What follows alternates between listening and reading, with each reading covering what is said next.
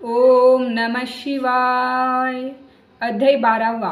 श्रवण रहस्य, बहुला आख्यान आणि भस्मासुर आख्यान. श्री गणेशाय नमः. चारी वर्णांच्या व चारी आश्रमांच्या लोकांनी व स्त्री, बाल, तरुण व वृद्ध सर्वांनी शिवकीर्तन ऐकावे. ज्याला शिवस्मरण आवडत नाही तो अपवित्र होय. तो कितीही नटला सजला तरी व्यर्थ. त्याचे भोजन गवत खाण्यासारखे, त्याचे डोळे मोर पिसासारखे व्यर्थ, त्याचे कान वारुळाच्या छिद्रासारखे, त्याचे हात झाडाच्या फांद्यासारखे आणि त्याची आई त्याला जन्म देऊनही अपत्यहीन समजावी. शिवभजन करीत नाही तो जगला काय व मेला काय सारखाच. तो बुडो पळो जळो काही फरक पडत नाही. मुंगी जशी गुळाला चिकटून राहते तसे शिवभक्ताला घट्ट धरून असावे. चुकलेला मुलगा सापडला तर जसा माता पित्यांना आनंद होतो तसा शिवभजन करताना आनंद व्हावा. पतीचे पत्र पुष्कळ दिवसांनी गावाहून आले की पतिव्रतेला जसा आनंद होतो तसा आनंद शिवसंकीर्तन ऐकताना व्हावा. निर्धनाला धन सापडावे, जन्मांधाला दृष्टी यावी, तृषार्थाला थंड पाणी मिळावे तसा आनंद शिवभक्तीत व्हावा. निद्रा चिंता व कामे टाकून शिवपुराण श्रवण करायला धावावे. वक्ता हाच गुरु व शिवस्वरूप जाणून त्याला वंदन करावे. कामधेनूच्या दुधाप्रमाणे शिवकथेचा प्रवाह मानून कर्णद्वारे प्राशन करावा. वक्त्याला उलटसुलट प्रश्न विचारून व पाखंड मते मांडून त्रास देऊ नये. कळले नाही तर जिज्ञासेने विचारून समजून घ्यावे, पण वितंडवाद घालू नये. तसे केले तर पिशाच्याचा जन्म येतो. पुराण सांगणारा व मंदिरातील देवमूर्ती याशिवाय अन्य कोणासही नमस्कार करू नये. कथेतून मध्येच उठून जातो तो अल्पायुषी होतो व संसारातही संकटे भोगतो. जो पापी धूर्त कपटी असेल त्याला मुख्य श्रोता करू नये. श्रवण करताना कुतर्क करणाऱ्याचे श्रवण व्यर्थ जाते. कथा चालू असता इतर गोष्टी बोलू नये. मन एकाग्र करून ऐकावे तरच फलश्रुती खरी ठरेल.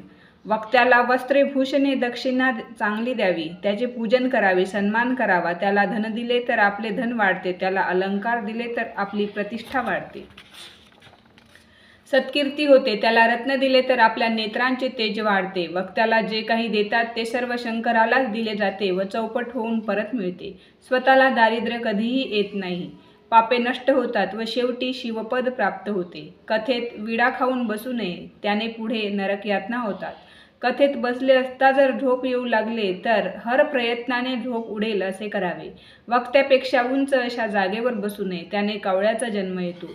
वीरासन घालून बसू नये, त्याने वृक्षाचा जन्म येतो. पाय पसरून बसू नये, झोपू नये, जेठा मारून बसू नये. नमस्कार केल्याशिवाय बसू नये, झोपल्यास पुढे अजगर होतो. नमस्काराशिवाय बसले तर कळकाचे झाड होते. जे लोक इतर गोष्टी आपसात बोलतात ते बेडूक होतात. टाळी न वाजविता, शिवनाम गजर न करता नुसतेच बसतात ते कुत्र्याच्या जन्माला किंवा सरड्याच्या जन्माला जातात. आदराने श्रवण न केल्यास डुकराचा जन्म येतो. शिवचरित्राची टवाळी करणारे लांडगे होतात.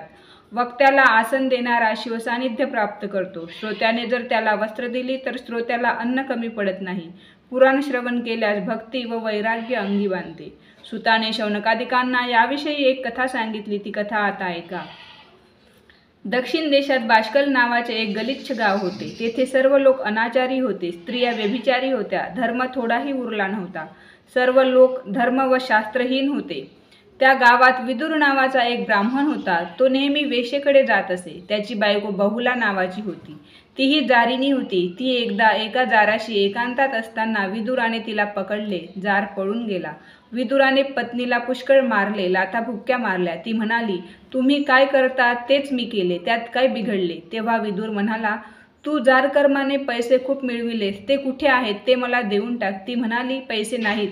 तेव्हा त्याने तिच्या अंगावरचे सर्व दागिने काढून घेतले, घरातले सर्व द्रव्यही घेतले आणि ते त्याच्या आवडत्या वारांगणेला नेऊन दिले. त्या वेश्येने मात्र ते द्रव्य आणखी दुसऱ्याच माणसाला दिले. पुढे तो विदुर मेला. त्याला यमदूतांनी नरकात टाकले व त्याचा भयंकर छळ केला. नंतर त्याचा जन्म विंध्य पर्वताच्या एका दरीत पिशाच्य योनीत झाला. पिशाच्य झाल्यावर त्याचे स्वरूप फारच भयंकर झाले. तो अंगाला आळे पिळे देत क्षुधा व तृष्णा यांनी त्रस्त होऊन रानात ओरडत फिरे. वृक्षाच्या फांदी स्वतःला उलटे टांगून घेई. त्याचे अंग शेंदूर फासल्याप्रमाणे लाल होते. रक्तपितीने त्याचे सर्वांग नाचले. काटेरी वनात त्याला राहावे लागले. अतिशय हाल सोसावे लागले. आपल्या कर्माचे भोग त्याला भोगावे लागले.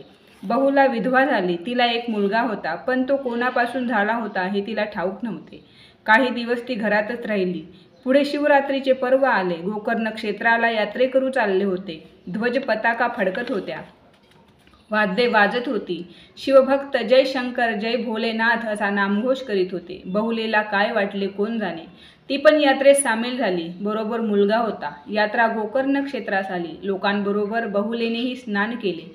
महाबळेश्वराचे दर्शन घेतले. मुलासह पुराण ऐकायला बसली. पुराणात कथाभाग असा आला की जारिणी स्त्रीला नरकामध्ये किती हाल भोगावे लागतात त्याचे वर्णन त्यात होते.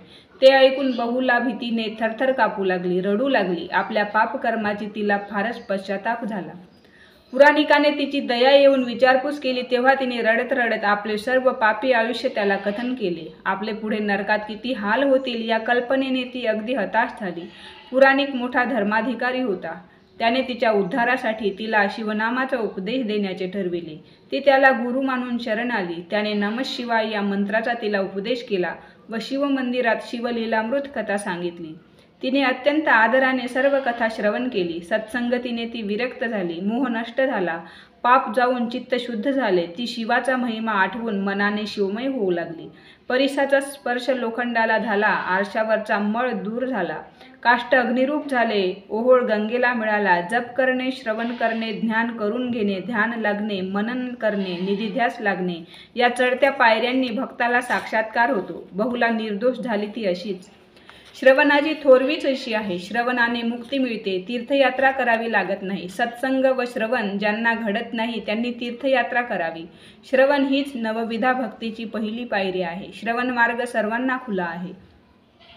बहुला सत्संगाची गोडी लागून तेथेच राहिली व गुरुची सेवा करू लागली. जटा वाढविल्या, वल्कले नेसली, भस्म धारण केले, नित्य तीर्थात स्नान केले, गोकर्ण लिंगाचे नित्य दर्शन घेतले. तिच्या सर्व पापांचे भस्म झाले. तिने ते अंगाला फासले. त्रिदेह शुद्धी झाली. शिव प्रसन्न झाला. त्याने विमान पाठविले. शिवलोकी तिला गती मिळाली. एवढी पापिनी तरली. 14 भुवने थक्क झाली. शिवासमीप जाऊन तिने शिवाची खूप स्तुती केली. अंबेची स्तुती केली. पार्वती जगदंबा प्रसन्न झाली. वर माग म्हणाले. बहुलेने वर काय मागितला. देवी अंबे जगन्माते, तुझ्या विश्व पसाऱ्यात माझा पती कोठे आहे. विदुर मृत्यूनंतर कोणत्या गतीस गेला. त्याचा उद्धार व्हावा ही मला इच्छा आहे. अंबेने दिव्य दृष्टीने पाहिले. विंध्य पर्वत, त्याची एक दरी, तिथे एक पिशाच भटकत आहे. फार यातना भोगीत आहे. ती बहुलेला म्हणाली. वत्से, तुझा पती विंध्य पर्वतात आहे. पिशाच झाला आहे. त्याचा उद्धार करायचा ना. मग तू असे कर. तू या तुमरूला संगे घेऊन तिकडे जा. हाच तुला जागा दाखवील. तू त्याला शिवकथा ऐकव. त्यामुळे त्याचे पाप जाईल. बहुला त्याप्रमाणे विंध्याद्रीच्या दरीत गेली. तुमरूने विना काढून संकार करायला सुरुवात केली. तुमरूला व तिला पिशाच्च दिसला. तुमरूने त्याला धरून बळाने वृक्षाशी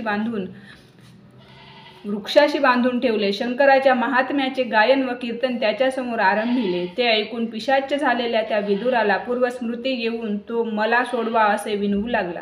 त्याला सोडताच तो धावत आला व तुमरूच्या पाया पडला. नंतर पावन झालेल्या त्या विप्रासह बहुला नमः शिवाय या मंत्राचा जप करू लागली. त्यामुळे विदुराचे रूप पालटले. तो दिव्य दिसू लागला.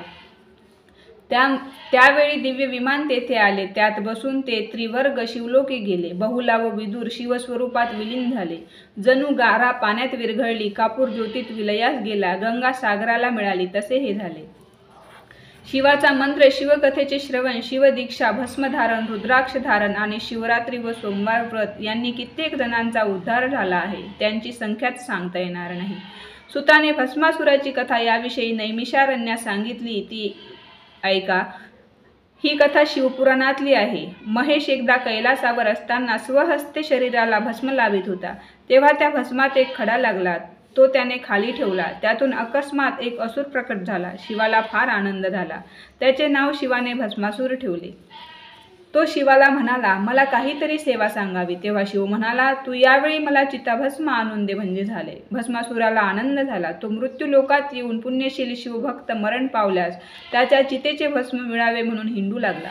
शंकर चितेचे भस्म घेतो हे शिवभक्तांच्याच चितेचे आणि नरमुंडांची माला धारण करतो ते प्रतीक आहे. शंकराशी अभेद वृत्तीने जे भक्त एकरूप होतात त्यांचाच शंकर निजांगी स्वीकार करतो. म्हणून मस्तके हेच मणी त्याच्या गळ्यातील माळे शोभतात. स्मशानातच शंकर राहतो कारण तेथे विरक्ती असते. लोक मृतदेह जाळून घरी जातात आणि पुन्हा संसाराच्या विवंचनेत सापडतात. तसे नको म्हणून शंकराची वस्ती स्मशानात. पंचमहाभूते व महातत्वे, पिंड व ब्रह्मांड या पलीकडे हे सर्व जाळून जे भस्म उरते ते स्वात्म सुख होय, तेच भस्म. तो अमूर्त आणि समूर्त विदेही षड्विकाररहित शंकर तेच ब्रह्मानंद स्वरूप भस्म अंगी लावतो. असणे, जन्म पावणे, वाढणे, रूपांतर होणे, ह्रास होणे व नष्ट होणे हे 6 विकार प्रत्येक पदार्थाला असतात, पण ते शंकराला मात्र नाही. तो शाश्वत परब्रह्म निर्विकार होय. यश, श्री, कीर्ती, विज्ञान, औदार्य व वैराग्य हे 6 प्रकारचे ऐश्वर्य त्याच्या ठिकाणी आहे. त्याच्या ठिकाणी 6 चिन्हे किंवा लक्षणे आहे. कर्तेपणा, नियंतेपणा, भोगतेपणा, विभुत्व, साक्षीपणा, सर्वज्ञता ही 6 दैवी लक्षणे त्याच्या ठिकाणी आहेत.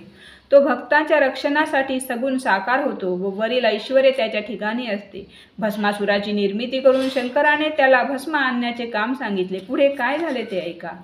भस्मासूर नेहमी शंकरासाठी चिताभस्म आणून देऊ लागला. त्यामुळे तो शंकराला प्रिय झाला. त्याचबरोबर तो उन्मत्त झाला. चांगल्या पुण्यशील लोकांचा मृत्यू झाला म्हणजे त्याच्या देहाचे भस्म मिळेल व आपण शंकराला जास्त प्रसन्न करू असा विचार तो करू लागला.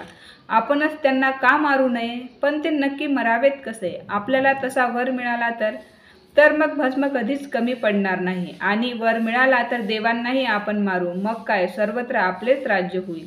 त्याचे मन पालटले. तो शंकराकडे गेला. रोज नवीन चिताभस्म मिळत नाही असा बहाणा करून त्याने शंकराची स्तुती केली. उमानाथ, आपल्याला खात्रीने भस्म हवे तर एक मार्ग आहे. अगदीच अडचण पडली तर मी ज्याच्या मस्तकावर हात धरीन तो जळून त्याचे भस्म व्हावे असा वर मला मिळावा. भोळ्या शंभूने असुराला तसा वर देण्याचे मनात आणले. तेव्हा त्या वरदानाने भस्मासूर सर्वांचा संहार करील अशी भीती आहे. तुम्ही हा वर देऊ नका असे पार्वतीने शंकराला विनविले. नंदी, गणेश, स्कंद, वीरभद्र यांनीही तेच सांगितले. पण भस्मासूर वाटेल तसे वर्तन करणार नाही असा शंकराला मोठाच विश्वास होता. त्यातून तो एवढा आवडता झालेला. शंभूने त्याला तू ज्याच्या डोक्यावर हात धरशील त्याचे तात्काळ भस्म होईल असा भयंकर वर दिला. वर मिळताच भस्मासूर मृत्यूलोकी आला आणि मनात येईल त्याच्या मस्तकावर हात ठेवून त्याचे भस्म करू लागला. ब्राह्मण व ऋषी, संत व योगी, सज्जन व भगवत भक्त यांना शोधून शोधून भस्मासूर जाळून टाकू लागला. कित्येक राजे त्याने मारले. सर्वत्र धावपळ सुरू झाली. लोक त्याच्या भीतीने दऱ्याखोऱ्यात लपून राहू लागले. होता होता तो भयानक राक्षस देवलोकात गेला. तो एवढा संहार करीत चालला पण शंकरापुढे एकदम नम्र होऊन त्याला भस्म देई. शंकराला जगातील अनर्थाची अजून कल्पना नव्हती. भस्मासुराने आता ठरविले की प्रथम ब्रह्मदेव व नंतर विष्णू यांचे भस्म करावे. नंतर शंकरालाच भस्म करण्याचा धाक घालून पार्वतीला पळवून न्यावे. इंद्राला ते कळले. तो ब्रह्मदेवाकडे गेला. ते दोघे विष्णूकडे गेले. विष्णू त्यांना घेऊन कैलासावर गेला. भस्मासूर सर्वांचे भस्म करीत सुटला आहे. तो आम्हालाही जाळण्याच्या विचारात आहे. शेवटी तुझ्याही डोक्यावर त्याचा हात येईल. तुझेच भस्म होईल. तू पार्वतीला सांभाळ, तिला तो पळवून नेईल असे विष्णूने शंकराला सांगितले. तेव्हा शंकर म्हणाला, भस्मासुराचा मृत्यू जवळ आला आहे हेच खरे. तुम्ही आपल्याला स्थानात जावे. शंकर असे म्हणत आहे तोच भस्मासूर चिताभस्म घेऊन तेथे आला. देव आलेले आपले गाऱ्हाणेच यांनी आणलेले. आता यांचे उद्याच भस्म करीन असे तो असुर उन्मत्तपणे मान उडवीत म्हणाला. शंकराला क्रोध आला. अरे अधमा, तू पृथ्वीवर केवढा संहार केलास. तुला आम्ही वर दिला पण तू सारे वाटोळे केलेस. राक्षस संतापून म्हणाला, तू सुद्धा सुटणार नाहीस. तुझी सुंदर स्त्री मला दे, नाहीतर तुझ्याच डोक्यावर हात धरतो. तुझ्याच वराप्रमाणे तुझे भस्म करतो. असे म्हणून भस्मासूर पुढे धावला. पार्वती मागे वळून दूर जाऊ लागली. तिच्याकडे मान उडवीत पाहून तो म्हणाला, शंकराच्या मस्तकावर हात ठेवतो बघ आणि तुला पळवून नेतो.